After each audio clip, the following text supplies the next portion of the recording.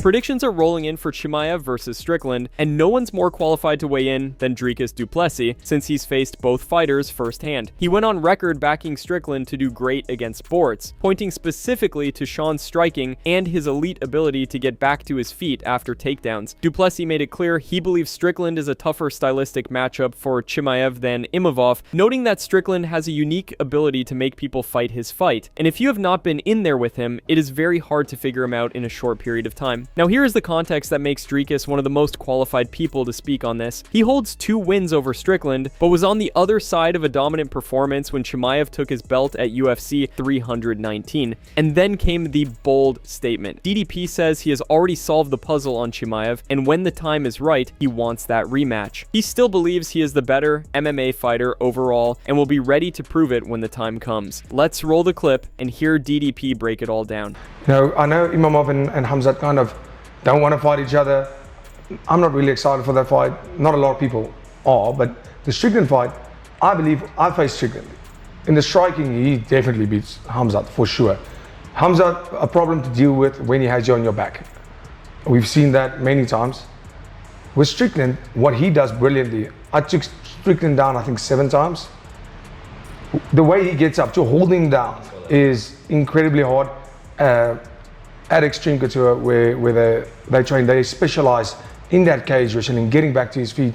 And Strickland is a lot stronger than people might think. I think he has a very good chance in that fight.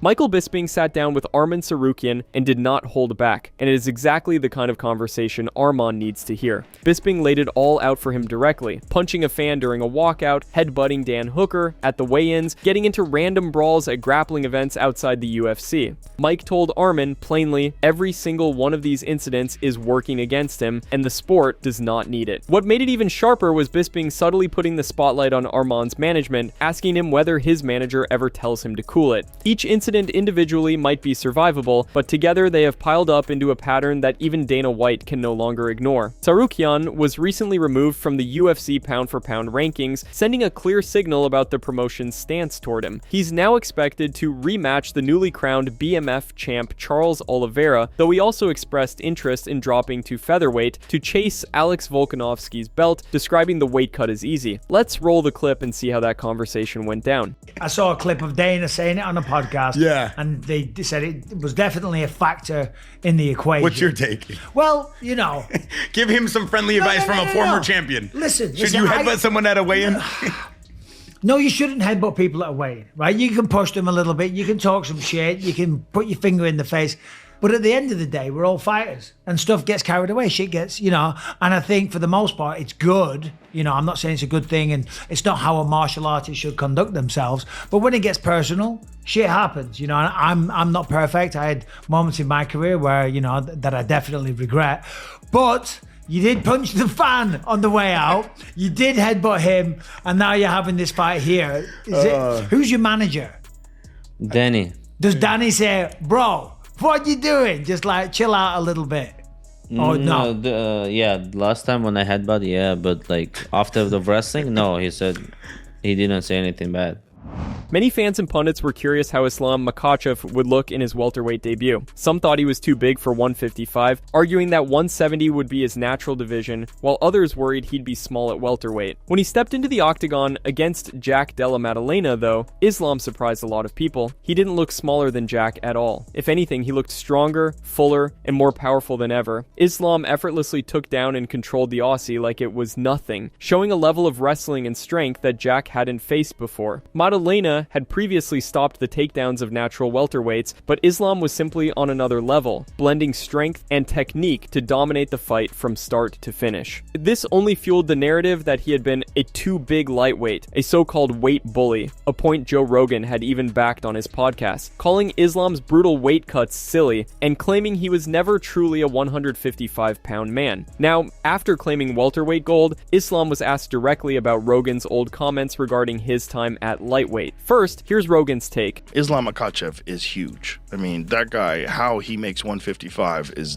I don't understand it. Every time I stand next to him, like, how are you 155? He's got to be 190-ish, in the 190 range. He's got to be. That's what he looks like to me. He's thick and big. I mean, he's not a 155-pound man. It's just so silly. The whole thing is just it's an old thing that we kept for no reason. And I feel like they should blow all the weight classes. I've talked to Dana about this. I actually talked to Ari Emanuel about this when they first bought the UFC. Islam responded, explaining why those comments don't make sense. He detailed why he was naturally suited for lightweight during his time at 155, sharing insights into his nutrition and everyday life, showing it was normal and never draining. Not makes sense because all fighters who fight 155 minimum they have 178, 177. I always try to don't eat like in the nighttime. I don't like the sugar. I don't drink cola like maybe 4-5 years. My weight maximum 182, I think. I'm not cut weight. I don't follow like diet. I eat everything. My weight 180.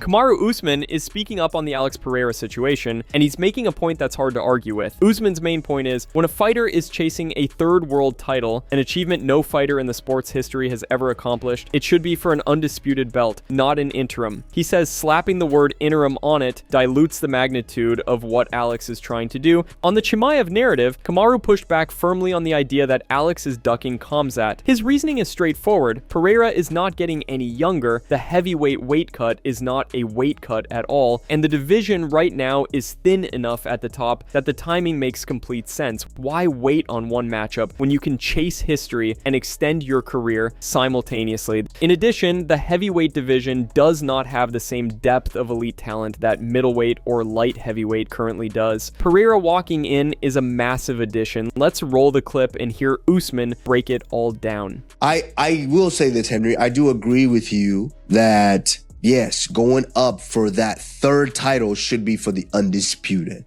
Because now, if you do win it and you come back and Tom comes back and you don't fight Tom or Tom beats you, then it's almost like there's an asterisk on that third title. So I do agree with you there on that one, Henry. But make no mistake, like as far as sticking around at light heavyweight, the only guy that he would be sticking around for is Carlos Alberg. And just if he knocks off Alberg, there's absolutely no which is a given. Which is a given is what I'm trying to tell you. Okay. Yes, okay. So you can't say, oh, I'm gonna stick around for maybe Khamzat or anything like that. No, he's already, and plus he's getting older. You know, why do I want to stick around? I want to make history and I want to get paid, and plus I don't want to cut this weight anymore. So F that. I'm going up. That's it from MMA Psycho. Thanks for watching. Don't forget to leave a like and subscribe for daily MMA news.